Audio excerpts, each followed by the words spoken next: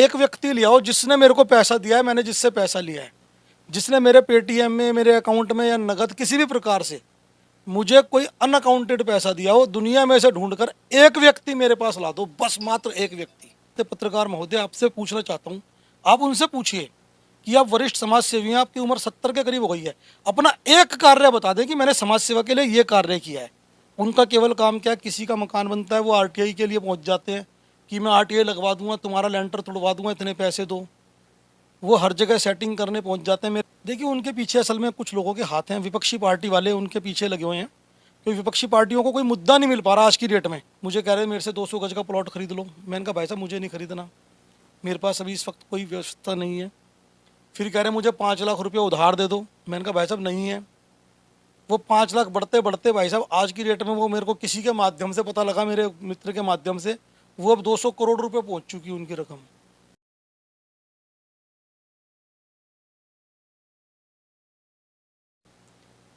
नमस्कार दोस्तों, मैं आपका दोस्त, आपका साथी चंद्रजीत शर्मा।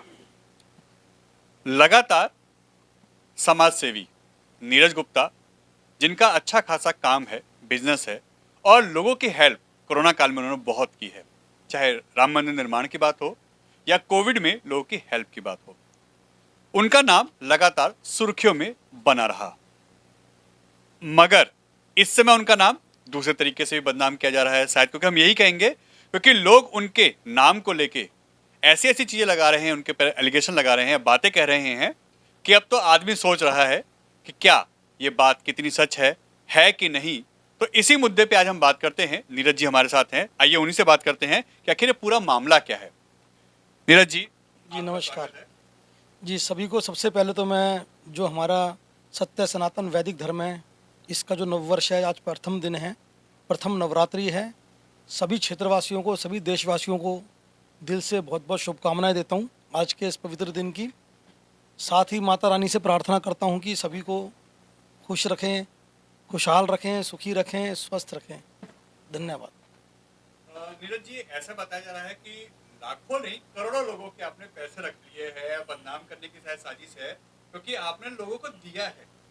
आपके घर से, आपके घर पे जो भी आया, आपके घर पे जो आके बात करता है कि मुझे कोई हेल्प चाहिए, बेटियों की शादी हो, शिक्षा की बात हो, कोविड की बात हो, शायद गोंडा में एक एम्बुलेंस ऐसी है जो आपके नाम से चल रही है, जो लोगों की हेल्प कर रही है, मगर ये पैसा, ये गमन, ये आरोप आप पे क्यों लग रहे हैं? देखिए, सबसे पहले तो मैं आपको बताना चाहूँगा, जहाँ भी कोई अच्छा कार्य होता है तो बहुत से लोग ऐसे होते हैं जिन्हें बिना बात में दर्द होता है। उनको कुछ नहीं जाता, उन्हें बिना बात में दर्द होता है कि यार अच्छा कार्य कैसे हो रहा है। ऐसा सभी जगह होता है, कहीं भी चले जाइए आप, कोई एक व्यक्ति अच्छा कार्य करता है तो कुछ लोगों को परेशानी होती है बिना बात में। उन्हें अपने आप से तकलीफ नहीं होती, अपने दुख से वो दुखी नहीं है। वो इसलिए दुखी होते हैं कि दूसरा व्यक्ति खुश कैसे है, दूसरा व्यक्ति खुशहाल कैसे है, ये किसी की सेवा कैसे कर पा रहा है, उन्हें इस बात का दुख होता है। रहा सवाल गबन का या उस चीज़ का, देखिए मोटी सी बात है, किसी के खाते में से तो पैसे निकले होंगे और किसी के खाते में गए होंगे या मेरे खाते में गए होंगे। मेरे पास वो व्यक्ति आ जाए जिसने मेरे को पैसा दिया है या जिससे मैंने 1 रुपया, 1 करोड़ लोग बोले जा रहे हैं। 1 करोड़ छोड़ दो, आप एक व्यक्ति ले आओ जिसने मेरे को पैसा दिया है, मैंने जिससे पैसा लिया है, जिसने मेरे पेटीएम में, मेरे अकाउंट में या नगद किसी भी प्रकार से मुझे कोई अनअकाउंटेड पैसा दिया हो, दुनिया में से ढूंढकर एक व्यक्ति मेरे पास ला दो, बस मात्र एक व्यक्ति। आपको मैं गारंटी दे रहा हूँ, एक व्यक्ति भी आपको इस प्रकार का नहीं मिलेगा। तो ये जो केएस बिष्ट जी हैं, ये आपके ऊपर आरोप लगा रहे हैं लगातार। यहाँ तक हमें पता चला है कि वो आपके एडवोकेट से भी मिलने पहुंच गए कि सेटलमेंट कर लेते हैं, ऐसी बातें भी आई हैं। देखिए, वो तो पता नहीं कहाँ कहाँ गए हैं, मैं उनके बारे में भी कुछ टिप्पणी नहीं करूँगा, बुजुर्गवार हैं। मैं तो केवल परमात्मा से प्रार्थना करता हूँ, हे परमात्मा, हे भगवान, हे ईश्वर, आप इन्हें सद्बुद्धि दीजिए। इतनी वृद्धावस्था में, वो 70 के करीब उनकी आयु है, भगवान का नाम लेना चाहिए उन्हें। वो अपने आप को वरिष्ठ समाज सेवी कहते हैं। मैं आपसे पत्रकार महोदय, आपसे पूछना चाहता हूँ, आप उनसे पूछिए कि आप वरिष्ठ समाज सेवी हैं, आपकी उम्र 70 के करीब हो गई है, अपना एक कार्य बता दें कि मैंने समाज सेवा के लिए ये कार्य किया है। उनका केवल काम क्या है, किसी का मकान बनता है वो आरटीआई के लिए पहुंच जाते हैं कि मैं आरटीआई लगवा दूंगा, तुम्हारा लेंटर तुड़वा दूंगा, इतने पैसे दो। वो हर जगह सेटिंग करने पहुंच जाते हैं। मेरे पास भी आए थे, कह रहे थे 5 लाख रुपए मेरे को दे दो। पहले मेरे पास मैसेज भी है मोबाइल में, मुझे कह रहे हैं मेरे से 200 गज का प्लॉट खरीद लो। मैंने कहा भाई साहब मुझे नहीं खरीदना, मेरे पास अभी इस वक्त कोई व्यवस्था नहीं है। फिर कह रहे हैं मुझे 5 लाख रुपये उधार दे दो। मैंने कहा भाई साहब नहीं है।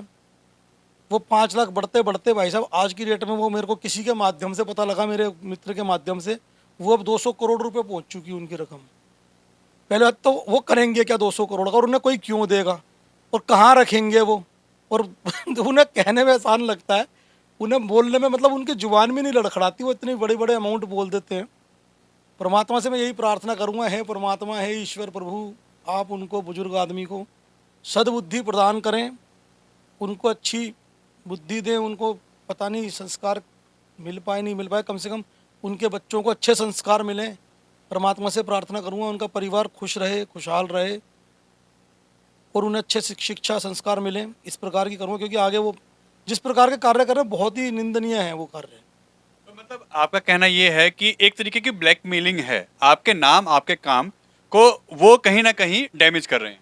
देखिए उनके पीछे असल में कुछ लोगों के हाथ हैं, विपक्षी पार्टी वाले उनके पीछे लगे हुए हैं, क्योंकि विपक्षी पार्टियों को कोई मुद्दा नहीं मिल पा रहा आज की डेट में।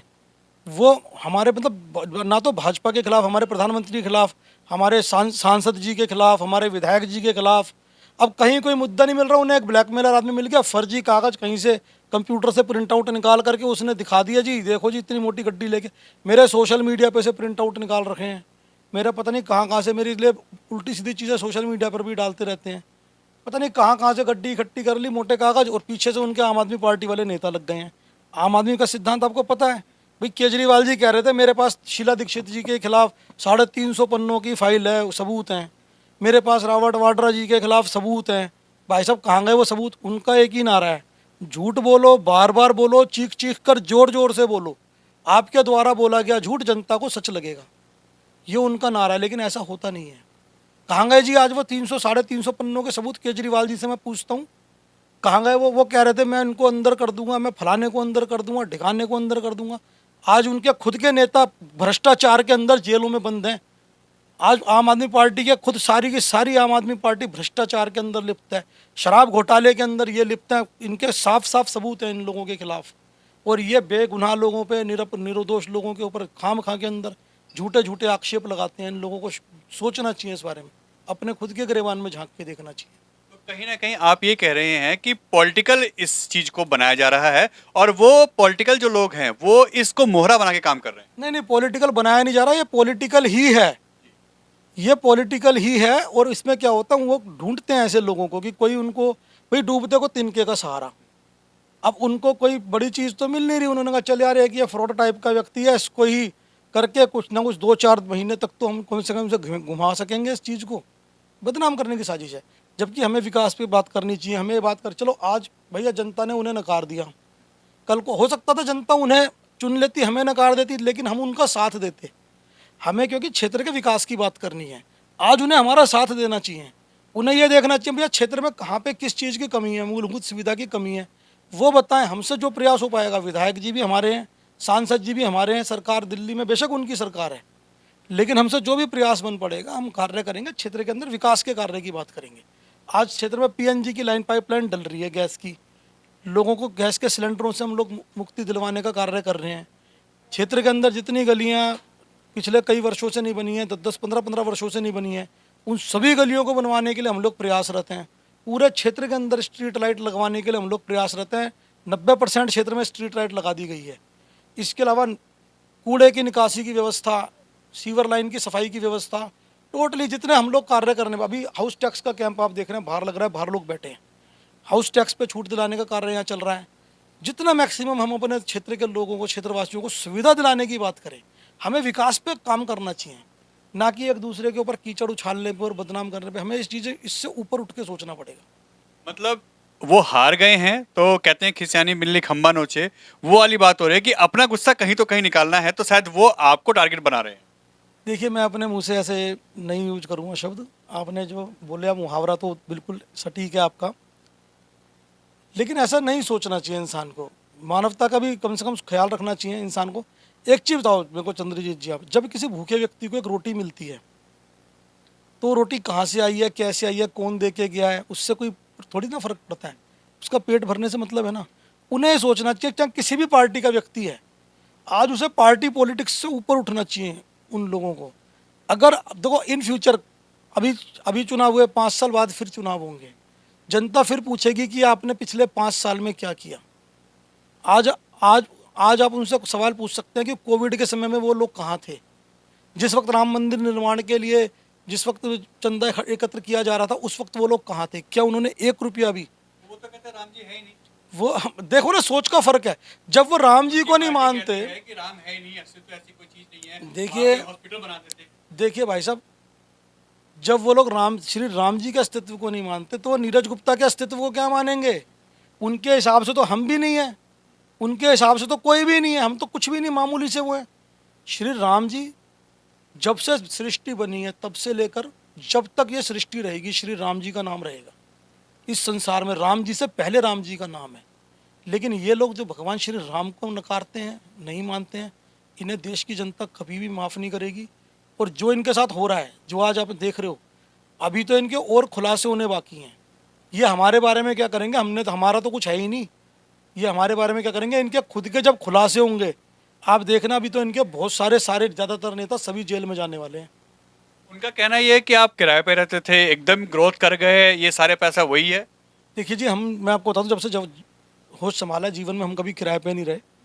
यहाँ सभी लोग जानते हैं, हमारा जो है चांदनी चौक में सिगरेट की डिस्ट्रीब्यूटरशिप थी हमारे पास। पुराने दिल्ली के हम लोग निवासी हैं, और हम नहीं किराए पे रहा करते थे। हमारे यहाँ कई काफ़ी किराएदार रहा करते थे। अलीगढ़ में हवेली आज भी हमारी है, दादी जी के नाम पे 40-50 किराएदार उसमें रहते थे। वो हमारे पिताजी ऐसी की ऐसी हवेली उन किराएदारों को ही दिया थे। तो ये तो भ्रामक भ्रांतियाँ फैलाई जा रही हैं, ऐसा कुछ नहीं था। हाँ वो है, हमने कभी दिखावा नहीं करा जीवन में, आज भी दिखावा नहीं है। आप आज भी देखते हो, हमें साधारण तरीके से हम लोग रहते हैं, दिखावा नहीं है, ना कभी आएगा दिखावा हम में। हम लोग उस प्रकार के नहीं है कि आपके पास 2 पैसा आ गया तो आप हवा में उड़ने लग जाओ, मानव को मानव मत समझो, ऐसे हमारे को संस्कार नहीं मिले। हमारी माताजी ने बहुत अच्छे संस्कार दिए, पिताजी ने बहुत अच्छे संस्कार दिए। उन्होंने बताया, बेटा बेशक पैसा आ जाए, लेकिन कभी ना आपके अंदर घमंड नहीं आना चाहिए। घमंड आज भी सुबह पंडित जी कथा कर रहे थे हमारे यहाँ, तो वो भी ये कह रहे थे, लक्ष्मी जब आती है तो साथ में अहंकार आता है। अगर अहंकार आ गया तो लक्ष्मी आपके पास नहीं ठहरेगी। लक्ष्मी तभी ठहरेगी जब आपके अंदर अहंकार नहीं होगा, आप मानवता के बारे में सोचोगे। और ये हमें अच्छे संस्कार मिले, यही संस्कार हम आगे अपने बच्चों को भी देते हैं।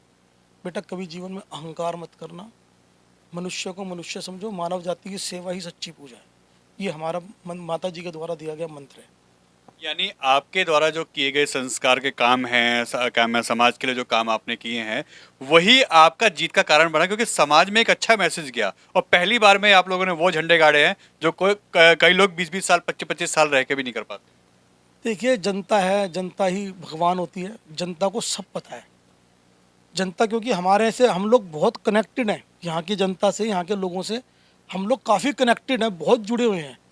ज़्यादातर लोग हमें व्यक्तिगत रूप से जानते हैं। देखिए 16,000 के करीब वोट मिलना, 30,000 में से 50% से अधिक मत प्रतिशत हमें मिला है, ये बहुत बड़ी बात है मेरे हिसाब से। इसके लिए जनता का बहुत बड़ा जुड़ाव, बहुत बड़ा ये जरूरी था। क्योंकि लोग अभी भी देख रहे हो आप, काफ़ी लोग हमारे से, मेरे पास, मैं सुबह उठता हूँ 8 बजे 7 बजे, मेरे पास लोगों के फ़ोन आने शुरू हो जाते हैं और हम उनका काम भी कराते हैं। तो ये जो जुड़ाव है जनता से, ये हमारा बना रहेगा इसी प्रकार से। ऐसी जैसे हम लोग कर रहे हैं, प्रीति जी पूरी तरह से इसमें क्षेत्र के अंदर सामाजिक कार्यों में भी, और वैसे भी जो अपने कार्य हैं सभी में पूरी तरीके से वो लगी हुई हैं। ऐसे काम करने पे ऐसे लोग जो बदनाम करते हैं, जो एलिगेशन लगाते हैं, समाज में छवि खराब करते हैं, क्या मन टूटता है लोगों के लिए?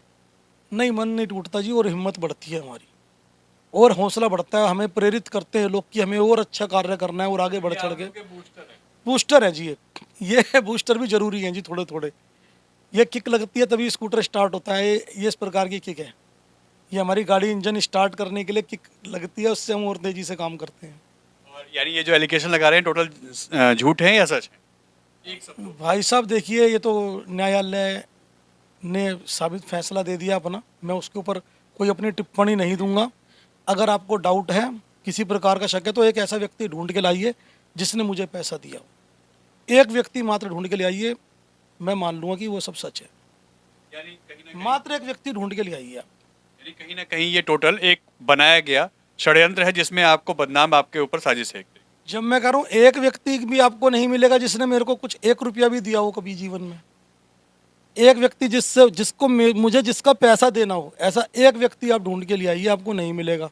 तो फिर ये 1 करोड़ लोगों की जो बात कर रहे हैं, निराधार बात है, पूरी तरीके से झूठ और एक तरीके से फरेब की तरीके से बात की गई है। धन्यवाद हमसे बात करने के लिए। बहुत बहुत ये जो चैलेंज है नीरज जी का कि एक व्यक्ति ले आइए और अपना वो प्रूफ कर दे कि हाँ पैसा दिया है, कोई ऐसी बात है, तो वो सामने से आके इस चीज़ को एक्सेप्ट करेंगे और उसको जो भी उसका पैसा है वो वापस भी करेंगे।